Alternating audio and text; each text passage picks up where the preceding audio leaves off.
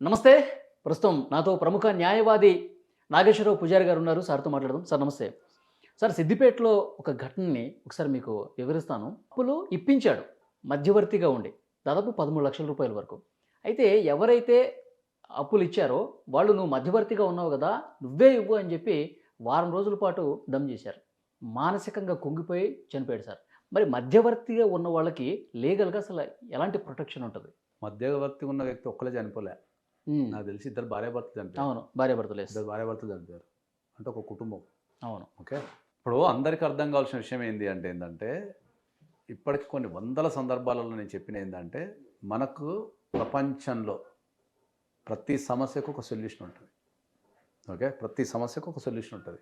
So, మీరు ఎక్కడన్నా fail అయ్యారు అంటే ఏందంటే, ఆ సమస్యకి మీరు సొల్యూషన్ కనిపెట్టలేదు అని చెప్తాను నేను. మధ్యవర్తి ఉండి అప్పులు ఇప్పించిండు.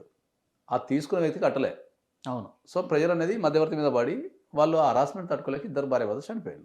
అంతే. నేను ఏమంటా ఏంటంటే నేను ఇప్పటికీ కొన్ని వేల సార్లు చెప్పిన ఏంటంటే ఈ భూమి మీద పుట్టిన ప్రతి మనిషికి ఏదో ఒక కారణం చేత ఎవరైనా సరే మన లైఫ్ టైంలో హ్మ్. ఒక్కసారన్నా ఏ రీజన్తోనైనా సరే ఒక్కసారి ఫైనాన్షియల్ కష్టం వస్తుంది ఎవరికైనా. ఈ భూమి మీద పుట్టిన ప్రతి ఒక్కరికి. హ్మ్. ఓకే.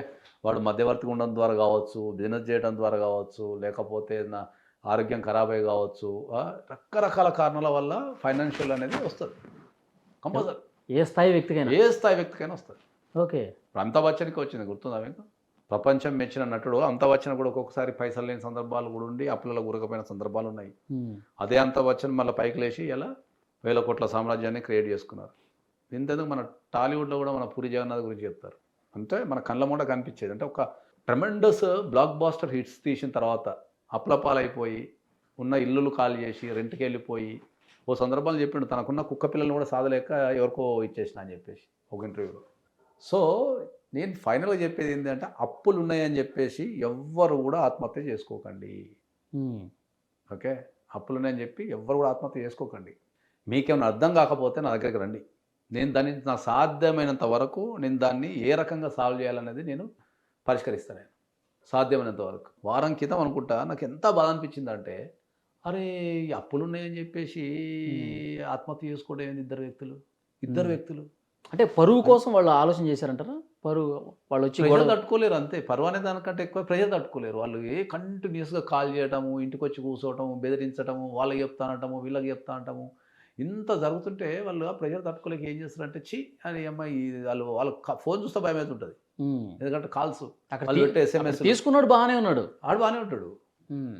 సో, అవి తట్టుకోలేక ఏం చేస్తారో వీళ్ళకి అర్థం కాదు. వాళ్ళకి ఆ ఇరిటేషన్‌లో ఏం చేస్తున్నారంటే అబ్బా! ఇంత బతికి ఇదేంది జీవితం అని చెప్పేసి రపకంగా చచ్చిపోతారు. మీకు అప్పులున్నాయని చెప్పి, లేకపోతే మీరు ఫైనాన్షియల్ ఇబ్బందులున్నాయని చెప్పి, దాన్ని ఆర్గనైజ్ చేయటం నేర్చుకోండి. దీన్ని ఆర్గనైజ్ ఎట్లా చేయాలా నేను? హ్మ్. ఈ అప్పు ఎట్లా తీర్చగలుగుతాను? తీర్చగలుగుతానా? తీర్చలేనా? చట్టంలో ఏమైనా ప్రొవిజన్స్ ఉన్నాయా? ప్రొవిజన్స్ లేవా? అనేది మీరు తెలుసుకోండి. మీరు ఆత్మహత్య చేసుకుంటే ఏమొస్తది మీకు? హ్మ్. మీరు ఈ సమాజానికి ఏం మెసేజ్ ఇస్తున్నారు? హ్మ్. అంటే ఇప్పుడు పెద్ద పెద్ద కంపెనీలు అప్పుల పాలైతే వాళ్ళు చచ్చిపోతున్నారా? లేదుగా. వేల కోట్ల అప్పుల పాలైన కంపెనీలున్నాయి.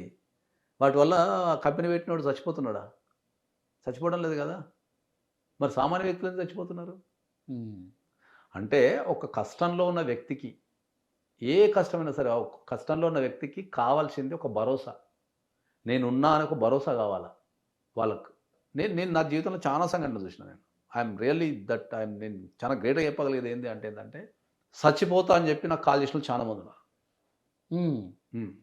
సచ్చిపోతా సార్ నాకు అప్పులెక్కువైపోయినాయి. నేను సచ్చిపోతా సార్ అని చెప్పి నాకు కాల్ చేసినోళ్ళు చాలా మందున్నారు. హుహు.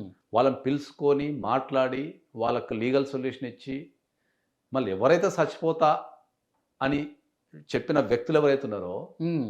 వాళ్ళు ఇవాళ ఫైనాన్షియల్ నిలబడి, వాళ్ళ అప్పులు తీర్చగలిగి, ప్లస్ వాళ్ళొక 10 మందికి ఉపాధి ఇవ్వగలుగుతున్నారు. సూపర్. ఉపాధి ఇవ్వగలుగుతున్నారు. హ్మ్. నేను వాళ్ళందరిని నేను నేను నేను తెర మీదకి తీసుకొచ్చి నేను నిరూపిస్తా. ఇక్కడ కూర్చోబెట్టి మాట్లాడతా నేను. అది ఒక తాత్కాలికమైన పీరియడ్. లైఫ్‌లో అప్పులు అనేది ఒక తాత్కాలికమైన పీరియడ్. అది మిస్‌మేనేజ్‌మెంట్ వల్ల గావచ్చు, తెలవనితనం వల్ల గావచ్చు, ఇన్‌ఎక్స్‌పీరియన్స్ గావచ్చు, మార్కెట్ కండిషన్స్ గావచ్చు. రపక్కన మార్కెట్ మారిపోతది. ఓకే. మారిపోయినప్పుడు రపక్కన చచ్చిపోతామా? రపక్కన గవర్నమెంట్ ఒక కొత్త పాలసీ తీసుకొస్తది. చచ్చిపోం గదా! అవును.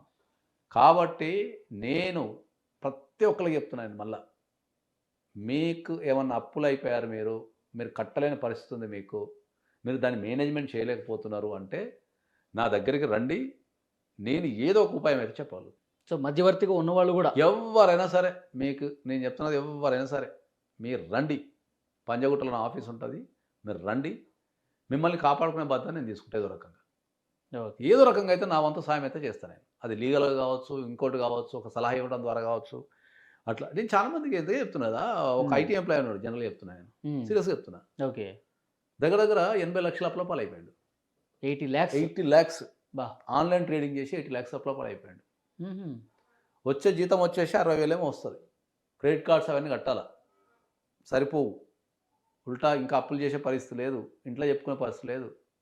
2 సార్లు ఆత్మహత్యకు ప్రయత్నించాడు. కొత్తగా పెళ్ళయింది, పిల్లానికి చెప్పుకోలేను, చెప్పుకుంటే పిల్లం వెళ్ళిపోతుంది, తల్లిదండ్రులకు చెప్పుకోలేను, ఆత్మహత్య ఒకటే శరణం అనుకున్నా సార్. 2 సార్లు ట్రై చేసినా కానీ నా వల్ల కాలేదు సార్, 3వసారి ఎక్కడో మీ వీడియో చూసి వచ్చినా సార్ అని చెప్పాడు. ఇప్పుడు ఏంటి సార్ ఈ రోజుకి ఏంటి అతని పరిస్థితి? అదే వ్యక్తిని నేను నిలబెట్టి ఫస్ట్ నేను ఇంజెక్షన్ ఆర్డర్ చేసి అందరి దగ్గర నుంచి ఫస్ట్ టైం తీసుకున్నాను. నేను టైం తీసుకొని ఆయన ఫైనాన్షియల్ని మొత్తం రీకన్స్ట్రక్షన్ చేసి ఇన్కమ్ ఒక 2 lakhs పెంచినాను. 60,000 ఉన్న ఇన్కమ్ని 2 lakhs పెంచినాను నేను. బా. వాళ్ళ ఆవిడ ఇప్పుడు ప్రెగ్నెన్సీతో ఉందంట, పుడితే మీ పేరు పెట్టుకుంటా సార్ అంటాడు. Great sir. చావు ఒక్కటే ఎప్పుడు పరిష్కారం కాదు, అది ఏ సమస్య అయినా సరే. చచ్చిపోవటం ఏంటి సార్, నాకు అర్థం కాదు. అదే పరిష్కారం అనుకుంటున్నారు వాళ్ళు. అదే అంటున్నా, ఒక లవ్లో ఫెయిల్ అయినావు, చచ్చిపోతావా? నీకు అంతకంటే మంచి అందమైన అమ్మాయి వస్తుందేమో. అరే అర్థం చేసుకోండి, జీవితం చాలా విలువైనది. కష్టాలు వచ్చినప్పుడే మనం గట్టిగా నిలబడాలా. మీకు ఒక విషయం చెప్తా అందరికీ, ప్రపంచానికి, జీవితం అంటే అందరూ హీరో కావటమో లేకపోతే జీరో కావటం కాదు. హీరో అవుతుండాలి, జీరో అవుతుండాలి, హీరో అవుతుండాలి, జీరో అవుతుంది, పడుతూ లేస్తుండాలి, పడుతూ లేస్తుండాలి జీవితం. అదే అది దాంట్లోనే ఒక రితం ఉంటుంది. అవును, ఆ గ్రాఫ్ బాగుంటుంది. ఆ గ్రాఫ్ చాలా బాగుంటుంది. నేర్చుకుంటావు, బాగుంటుంది, కాన్ఫిడెన్స్ వస్తుంది, 10 మందిని కాపాడుకోగలుగుతావు, 10 మందికి ధైర్యాన్ని ఇవ్వగలుగుతావు. సమస్య వస్తే ఎందుకు పారిపోతారు నాకు ఇప్పటికీ అర్థం కాదు. ఒక వ్యక్తి యొక్క ఎబిలిటీ కానీ వాని స్కిల్స్ కానీ ఏదైనా కూడా ఒక సమస్య వచ్చినప్పుడు వాడు దాన్ని ఎట్లా పరిష్కరించుకుంటాడు అనే దాని మీదనే వాని జీవితం ఆధారపడి ఉంటుంది. ఎస్, అది ఏదైనా సరే సమస్య, అది భార్యాభర్తల పంచాయతీ కానీ, వాని కెరీర్కి సంబంధించింది కానీ, వాని జాబ్కి సంబంధించింది కానీ, లవ్ కానీ, ఆస్తులు కానీ, అప్పులు కానీ, నువ్వు తీసుకున్న డిసిషన్ని బట్టే నీ జీవితం రాయబడి ఉంటుంది. ఓకే. మీకు అర్థం కాలేదు, మీ జీవితంలో ఒక సమస్య ఉంది, మీకు అర్థం కాలేదు, మీరు ఒక సరైన డిసిషన్ తీసుకోలేకపోతున్నారు, మీరు కన్ఫ్యూజన్లో ఉన్నారు, లేకపోతే ఆపర్చునిటీస్ తెలవదు అని చెప్పండి, నాకు కాల్ చేయండి, నేను సాల్వ్ చేస్తుందాన్ని. ఓకే, నేను సాల్వ్ చేస్తాను. నేను డెఫినెట్గా సార్, నాకు I have the vast experience in all ఫీల్డ్స్లో ఉన్నాయి నాకు. ఎస్, నిజంగా ఈ వీడియో చూస్తున్న ప్రతి ఒక్కరు కూడా సమస్యలో ఉండి నాకు పరిష్కారం దొరకట్లేదు, నాకు ఇక జీవితం అయిపోయింది అన్న వాళ్ళకి మీరు కొన్ని ఎగ్జాంపుల్స్ కూడా చెప్పారు. ఎవరి జీవితం కాపాడుకుంటా అని చెప్తున్నా. That's what I'm telling. నాకు సాధ్యమైనంత వరకు మీరు ఏ సమస్యతో వచ్చినా నాకు సాధ్యమైనంత వరకు నేను మిమ్మల్ని కాపాడుకోవడానికి ప్రయత్నిస్తా. ఎస్, మీకు మీ జీవితంలో మీకేమన్నా అనిపిస్తే, చనిపోవాలనిపించినా, లేకపోతే డిప్రెషన్ ఫీల్ అయినా, ఇంకా ఏ రకంగా బాధపడ్డా నా దగ్గరికి రండి, నేను మాట్లాడతా. సాధ్యమైనంత వరకు నా దగ్గర నా విషయాలను చెప్పడం కానీ, లేకపోతే లీగల్ సొల్యూషన్ కానీ, లేకపోతే అవుట్ ఆఫ్ ద బాక్స్ వెళ్ళి సమాజంలో ఉన్న వాళ్ళకు జాబ్ చూపెట్టడం కానీ, లేకపోతే ఒక బిజినెస్ చూపెట్టడం కానీ, లేకపోతే బతకడట్లనో కానీ నేర్పిస్తాను నేను. సూపర్. యూత్కి ఎస్పెషల్లీ ఆత్మహత్యలు చేసుకోకండి. అప్పుడు చాలామంది యూత్ ఏం చేస్తున్నారు, మీకు క్రెడిట్ కార్డులు వాడటం ద్వారానో, లేకపోతే పర్సనల్ లోన్స్ తీసుకోవడం ద్వారానో, ఈ బెట్టింగ్ ఇప్పటికీ ఆడుతున్నారంట బెట్టింగ్. ఇంకా నాకు ఎక్కడి నుంచి అర్థం కావట్లేదు. మొన్న ఎవరో ఊరి నుంచి కాల్ చేసి చెప్తున్నాడు, వాళ్ళ కొడుకు ఇంకా బెట్టింగ్ ఆడుతుంటే ఎక్కడుంది యాప్ అసలు, నేను దానిపైన అసలు చర్యలు తీసుకోవాలి దానిపైన. తర్వాత ఈ ట్రేడ్, షేర్ మార్కెట్లో పెట్టుబడులు పెట్టడం ద్వారానో, లేకపోతే క్రిప్టో కరెన్సీని పెట్టుబడులు పెట్టడం ద్వారానో, తర్వాత ఓటీపీ అంటాం మనం, ఏది మన 1 time పేమెంట్ అని చెప్పేసి బిల్డింగ్లు కొంటున్నారు. 1 time పేమెంట్ అని చెప్పి ₹1 కోటి అన్నది 30 లక్షలకి ఇస్తా అంటే 30 లక్షలు కడతాడు, అది కట్టడం లేదు, సక్సెస్ లేదు. ఏమి చీటింగ్స్. ఒక అందమైన జీవితాన్ని ఎట్టి బస్సులో కూడా మీరు ఖరాబ్ చేసుకోవద్దు. ఓకే, మీకు ఏది ఉన్నా నాకు కాల్ చేయండి. ఓకే, స్క్రీన్ మీద నెంబర్ కూడా ఉంటుంది సార్ది.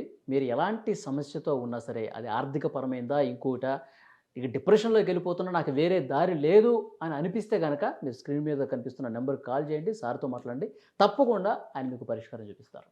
సుమన్ టీవీలో మీ పర్సనల్ అండ్ బిజినెస్ ప్రమోషన్స్ కోసం కింది నెంబర్కి కాంటాక్ట్ చేయండి.